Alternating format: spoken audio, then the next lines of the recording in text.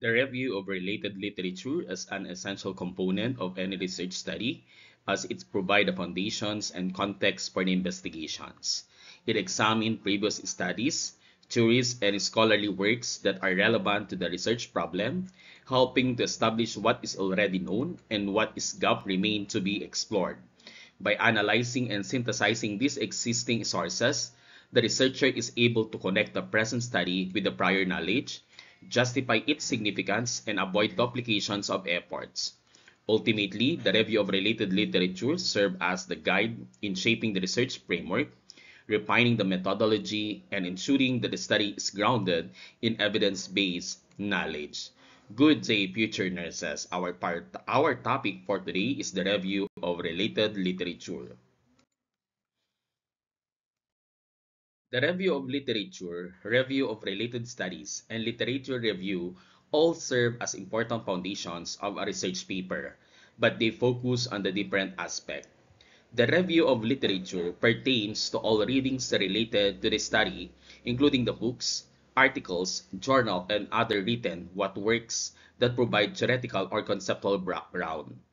The review of related literature is more specific as it refers to database researchers such as thesis, dissertation, and studies that are directly similar to the topic under investigation, offering evidence and findings that can support or contrast with the present study.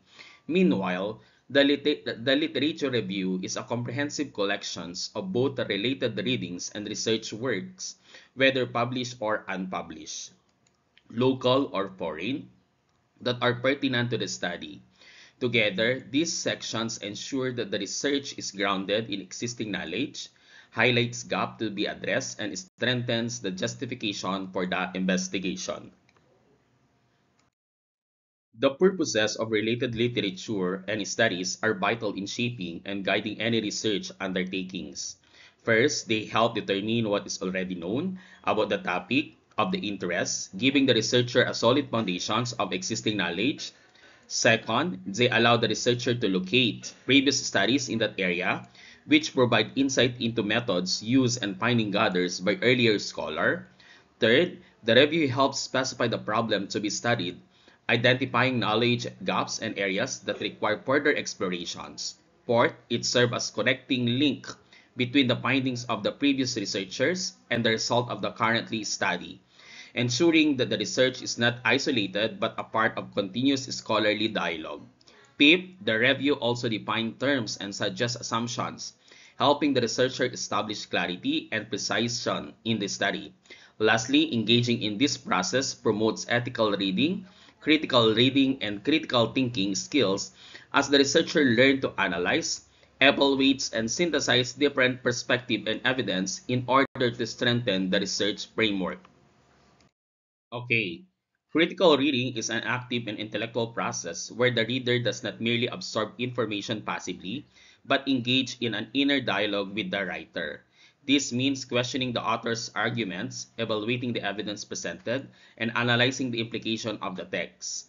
It requires careful attentions to detail, recognitions of biases, and the ability to distinguish between the fact and opinion, making it an essential skill when reviewing the related literature. While in the critical thinking, on the other hand, goes a step further as it involves the analysis and evaluation of ideas, assumptions, inferences, principles, arguments, and conclusions found within the review of related literature.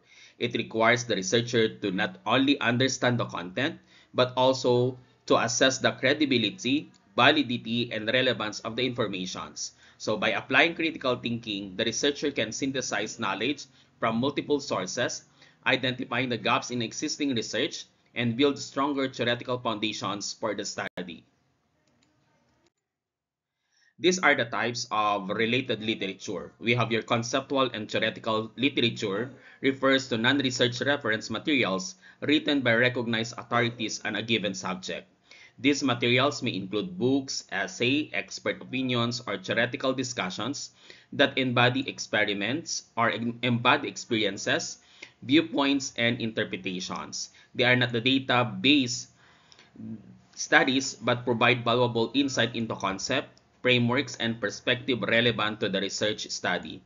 The narrative review is a type of literature review that provides broad overview of a topic by summarizing theories, opinion, and findings from the previous sources. It's often descriptive and does not follow strict methodological rules, making it useful for understanding the general background and the context of a subject. The descriptive review focuses on presenting and describing the existing knowledge on a topic in a systemic manner. Unlike a narrative review, it emphasizes clarity and organization by classifying literature based on the themes or categories. It helps in identifying the key concept, trends, and issues without deep critical analysis. Scanning review is more selective approach that involves quickly identifying, gathering, and summarizing the most relevant literature related to the research. It is often used when the time is limited or when the researcher needs to gather only the most essential materials to frame the study.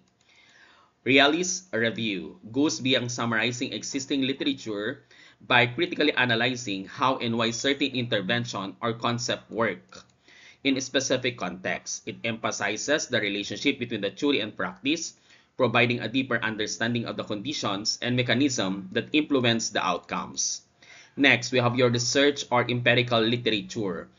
Consists of database works such as completed studies, thesis, and dissertation that are directly related to the current research. These are either published in journal, books, and reports or remain unpublished in academic libraries and institutions. Unlike conceptual review or conceptual literature, empirical literature is grounded in evidence because it involves actual data collections, analysis, and findings. It provides researchers with a scientific basis for comparison, validations, or extension of their own studies. We have your systemic review. It's a rigorous and methodological type of literature review that identifies, evaluates, and synthesizes all available empirical evidence relevant to the specific research questions. It follows strict guidelines and uses transparent procedure to minimize the bias, ensuring that the conclusions drawn are reliable and comprehensive. Meta-analysis is a specialized form of systematic review that not only summarizes findings but also statistically combines results from multiple studies. By pooling the data, meta-analysis provides a more powerful and precise estimate of the relationship between variables or the effectiveness of the interventions, making it highly valuable in evidence-based practice. These are the sources of literature review. We have your primary sources, secondary sources, and tertiary sources. And let's take a look one by one. What are the difference between these sources of literature review? Okay, the primary sources are original first-hand accounts or direct evidence created at the time of an event, study, or experience. They provide raw information that has not yet been interpreted, analyzed, or summarized by others, making them high valuable for research. In nursing and health studies, primary sources may include research articles, reporting original data, clinical records, laboratory results, case reports, and direct observations. They can also take the form of official documents, interviews, diaries, photographs, or survey responses. Because primary sources present authentic evidence, they are considered the strongest foundation for building knowledge, validating the theories, and generating new research insights. Okay, the flash on your screen are the samples of the primary sources. Number one, we have your database material refers to informations or evidence gathered directly from observations, experiments, or surveys that can be systematically analyzed. These materials provide concrete findings that researchers use to support or refute the hypothesis.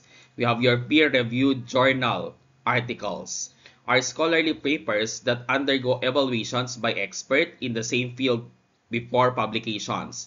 This review process ensures that the content is accurate, credible, and high academic quality, making them reliable sources of research. Referred journals are academic publications that only accepted article reviewed and approved by qualified specialists. They are considered highly trustworthy because they maintain a strict standard of scientific integrity and objectivity. Nursing theories are organized framework or set of ideas developed by the nurses to explain, guide, and improve nursing practice. They provide the foundation for clinical decision-making, research, and education in nursing. Empirical studies, research investigations that collect and analyze data through direct observation or experimentations. These studies provide measurable evidence that can be tested and validated, making them crucial in evidence-based practice. Ideas from other sources are information or concept obtained from books, reports, media, or credible documents outside formal research. While not always database, these ideas still provide valuable perspective and insight that can support and enrich a study. Secondary sources are materials that interpret, analyze, summarize, or explain primary sources instead of presenting the original or first-hand evidence. They are created after the fact and often provide commentary, evaluations, or discussion about the original work. Example include textbook, review articles, encyclopedias, literature reviews, and summaries of research findings. These sources are useful in understanding the broader context of a topic, connecting ideas from multiple primary sources, and guiding researchers to identify the gaps or directions for the further study. These are the samples of secondary sources. Replication are studies conducted to report or reproduce previous research with the goal of confirming or verifying its finding. By doing so, researchers test the reliability and validity of earlier results, ensuring that conclusions are not due to chance or unique circumstances. Thesis review is a written evaluation of or summary of a completed thesis. It highlights the study's purpose, methods, result, and significance, giving a reader a concise understanding of the work done. Review of related literature involves a discussion or synthesis of the past studies connected to the new research topic. It shows how previous findings support, contradict, or relate to the current investigations and helps establish a solid foundation for the new study. Thesis critique is an analysis that examines the strengths and weaknesses of a thesis. It may address the clarity of objectives, appropriateness of methodology, reliability of the result, and overall contribution to the field.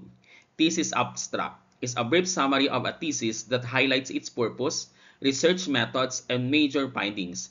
It provides a snapshot of the study for readers to quickly understand its content and significance. Tertiary sources are materials that compile, organize, or index information taken from the both primary and secondary sources, making them useful as a quick reference tool. They do not present original data, first-hand evidence, or detailed analysis, but instead serve as a guides to help the researcher locate, understand information more easily. Example includes encyclopedias, dictionaries, handbooks, index databases, and textbook that summarize existing knowledge. And now let's proceed to the tertiary sources. We have your textbook. Example is we have your Fundamentals of Nursing. Summarize and organize nursing concept, theories, and practice from multiple sources for teaching and reference.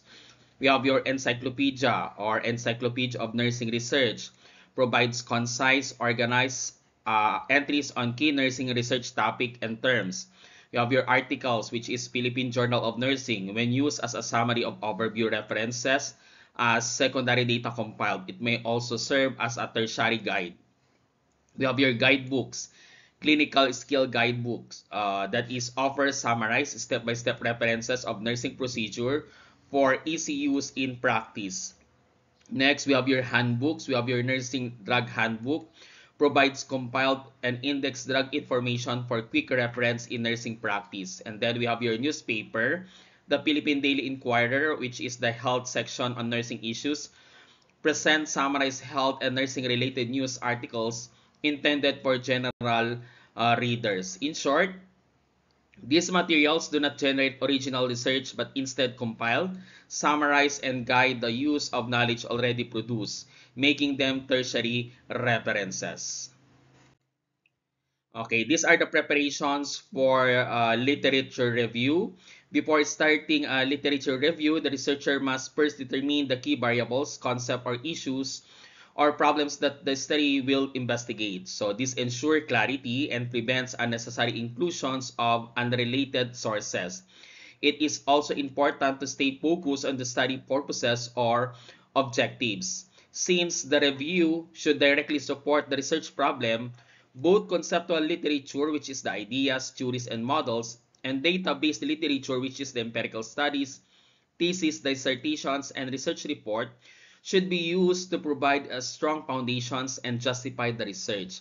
The researcher must also identify important terms or variable of the study uh, that are central to the study, as this will serve as a guidepost for finding relevant materials. Finally, in selecting the literature, only those that are closely related to the study keywords, variable, goals, and objectives should be reviewed, ensuring that the material contributes meaningfully to the study. Next one, uh, in preparing in preparing the literature review, the researcher must visit the library and gather the pertinent materials, making use of guidebooks, journals, abstract, theses, dissertations, and other references relevant to the study. The internet and academic website can also be used to access scholarly sources and help a references librarian may be sought to locate reliable materials. So during this stage, it is essential to scan abstract and initial sections to identify whether the sources truly fit to the variables under the study. Only those that are directly related to the research topic should be marked and kept, while irrelevant materials must be discarded. After gathering, the researcher should organize the review by planning how the materials will be arranged into logical and meaningful whole. This involves weeding out unnecessary topics and focusing only on a meaningful and supportive data that provides a foundation for the study.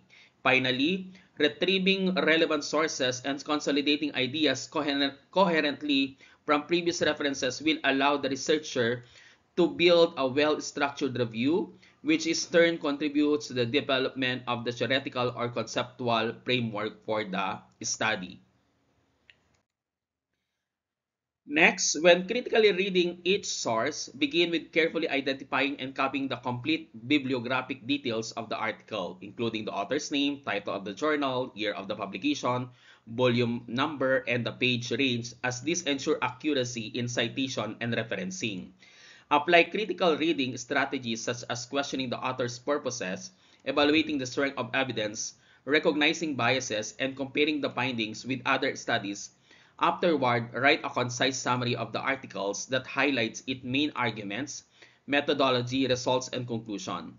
Finally, provide a critique by pointing out the strength and the weaknesses, as well as overall useful to your research. This structured approach not only save times in word processing, but also strengthen your review by presenting both an objective summary and an evaluate critique of each source. When engaging in note-taking and documentations, always begin checking the article's availability. If direct printing from the database is not possible, make a copy of the article for the reference.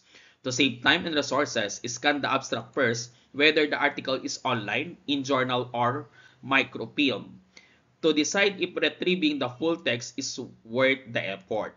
Once selected, apply critical thinking strategies to carefully analyze the data, identifying the key concept or key points, evidence, and arguments.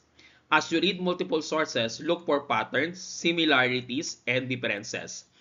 Then weave this insight together to establish a common framework that connects the literature to your research purposes. For proper documentation, record full bibliographic details like the author, title, journal name, year, volume, and pages, and take the structured notes that distinguish between the summaries, direct quotes, and your own critical insight. This process ensures accuracy in citation, prevents plagiarism, and helps build a coherent and well-grounded review of the related literature.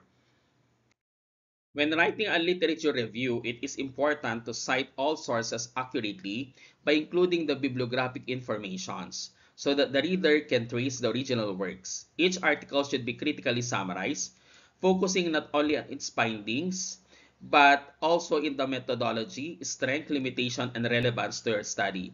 These critical summaries must be synthesized, meaning you weave together ideas from the different sources rather than simply listing them one by one. You can organize the synthesis chronologically and conceptually. This type of research or concept framework, once synthesized, word process the materials into a coherent narrative and ensure properly formatted reference list is included in the end. In doing so, be mindful of the common policies. One major mistake is to assume that previous research results are absolute proof of hypotheses. In reality, empirical testing cannot definitely prove or disprove a theory. It can only provide evidence that support or challenges it. Recognizing this prevents blind acceptance of prior findings and strengthens the critical nature of your review. Note-taking and documentations. We have your summarizing, restating the main ideas of a sources in much shorter form using your own words while keeping only the most important points. It gives the reader an overview without unnecessary details. Quoting. Using the exact words from a source and enclosing them in quotation mark. This is done when the author's wording is especially powerful, precise, or authoritative. Quotation must always be cited properly. Okay? Paraphrasing, rewriting the ideas of a sources in your own words and sentence structure without changing the original meaning. Unlike summarizing, paraphrasing is closer in length to the original passage but it still must be cited. Acknowledging sources of data, giving the proper credit to the original authors or creators of information, whether you summarize, quote, or paraphrase. This is done through in-text citations and a reference list, which ensure academically honesty and prevents plagiarism. So as you can see, is flash on your screen the example of primary sources and secondary sources. Next, we have your site references. In academic writing, library cataloging, reference, also called as cross-reference, serve as a connection that guides reader to related headings or entries. They provide access to variations of names, alternative forms of names, or uniform titles that might not use as the main headings.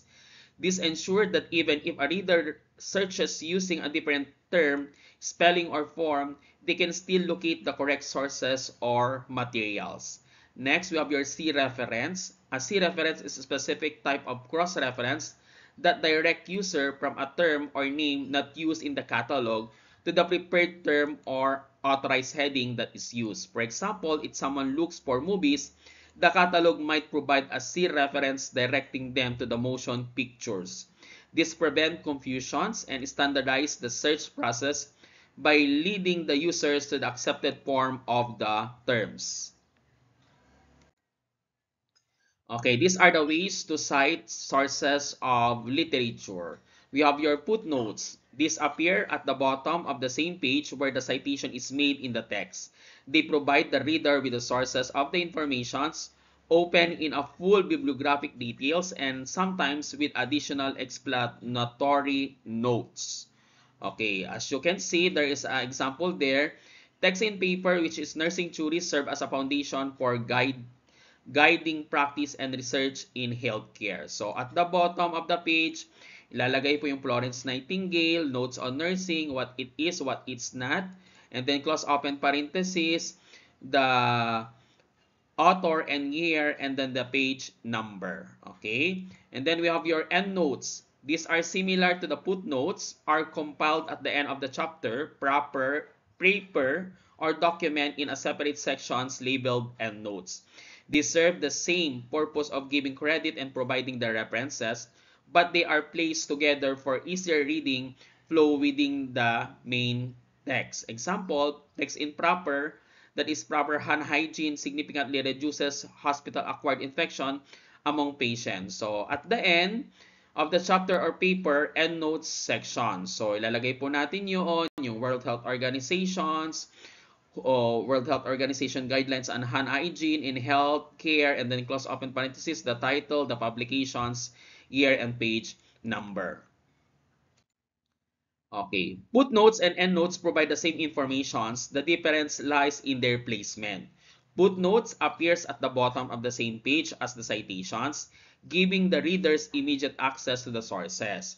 Endnotes, on the other hand, are compiled together at the end of the chapter, paper, or document, allowing the text to flow more smoothly without interruptions. Both serve the purpose of crediting sources and providing additional details or explanations.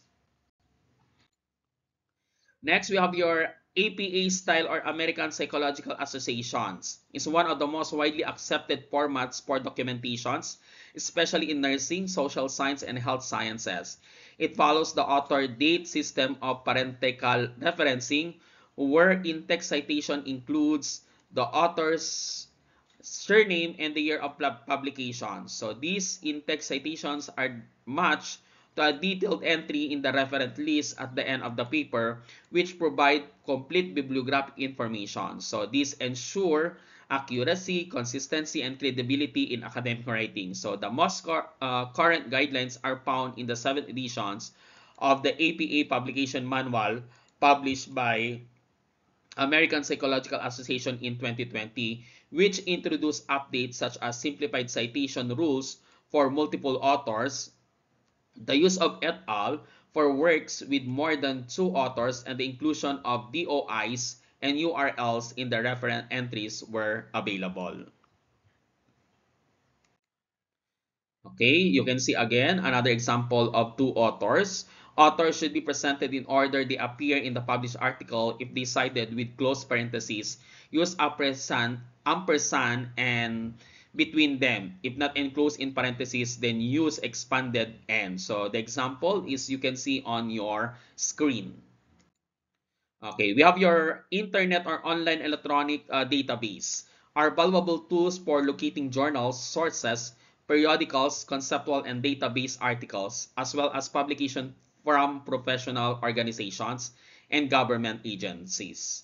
When citing electronic references, website, and online articles, APA style 7 edition, certain rules should be followed to ensure accuracy and traceability. First, always direct readers to the exact sources using a valid uniform resource locator or the URL or digital object identifier or DOI when available, since DOIs are considered more stable than the URL. Unlike older editions, APA 7 edition does not require the access date for most sources, except for the content that is designed to change over time. So all other standard references detail must still be included, such as the authors, year of publication, title of the work, and the sources. If the internet articles is based on the point source or print source, the references should retain the exact formatting of the original print citation, followed by the DOI or URL. There is an example on your screen. Okay, these are the guidelines in writing the review of related literature. The review should not be a simple collection of quotations from the different author. Instead, it should demonstrate the researcher's ability to critically engage with the sources. It should always go beyond the summarize or the summaries are abstract by analyzing and comparing the findings of the different studies. The RRL must present a well-integrated discussions that link together one or several variables related to the problem under the study, showing how they connect to the research focus. The chronological order of publication should be observed, starting with the earliest and ending with the most recent, to early trace the development of theories and ideas over time. The researcher should indicate the setting of each study, distinguishing between the local and international research to highlight relevance and applicability. All entries must be properly documented through footnotes or endnotes, ensuring proper acknowledgement or sources and adherence to academic integrity. In summary, The review-related literature highlights both the breadth and depth of research conducted on the topic, offering valuable insight into the theoretical foundations, empirical findings, and practical applications. By tracing the development of concept from earlier studies to more recent investigation, this review underscores the progressions of knowledge and identifies the gaps that remain unaddressed. The integration of both local and international studies provide a balanced perspective, ensuring relevance to the present research context, while prior findings contribute significantly to understanding the variables under the study. They also reveal inconsistencies and limitations that justify the need for further investigations. Thus, this review establishes a solid foundation for the current study, guiding its objective and framing its contributions to the field. So that is our discussion in terms of review of related literature. So these are your research instructors for Research 1, and thank you for listening. Have a good day, future nurses.